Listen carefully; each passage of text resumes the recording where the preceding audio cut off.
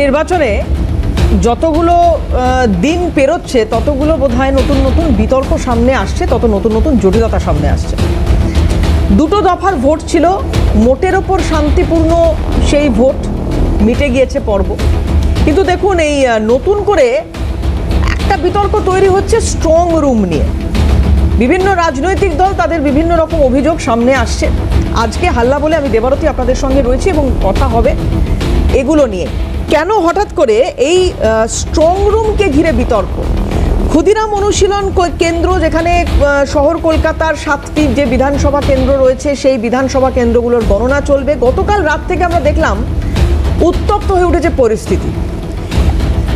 অভিযোগ আসছে, কিছু নির্দিষ্ট অভিযোগ এবং তার ভিত্তিতে কিছু নির্দিষ্ট পদক্ষেপ। গতকাল দিনভর সেই ছবি দেখেছি।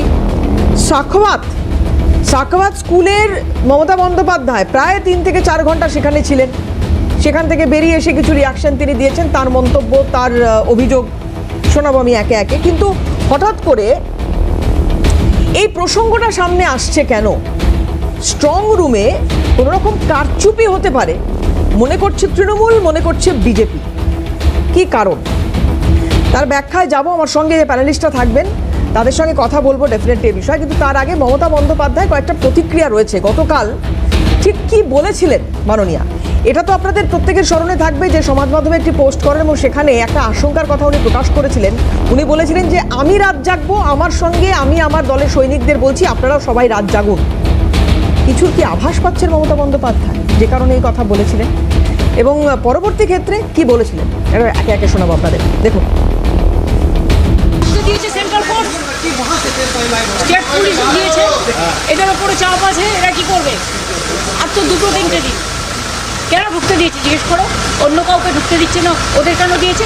আমার তো দেখো, আমার এখানে ইলেকশন কমিশনের স্ট্যাম্প আছে, আমার কার পার্কিং আছে, চিফ ইলেকশন এজেন্টদের কার পার্কিং আছে, যারা এজেন্ট আছে তাদের স্লিপ আছে। তো ওদের পার্টি গাড়ি ঢুকিয়ে এখানে হামলা করছিল কেন?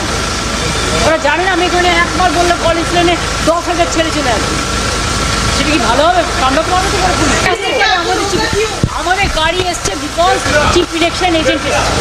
আমি আসার পরে চিফ ইলেকশন এজেন্ট ওদেরও এসছে, ওদের একটা ড্যামি ইন্ডিপেন্ডেন্টও এসছে। সব কাটলো, मैं नाम नहीं बताएंगे।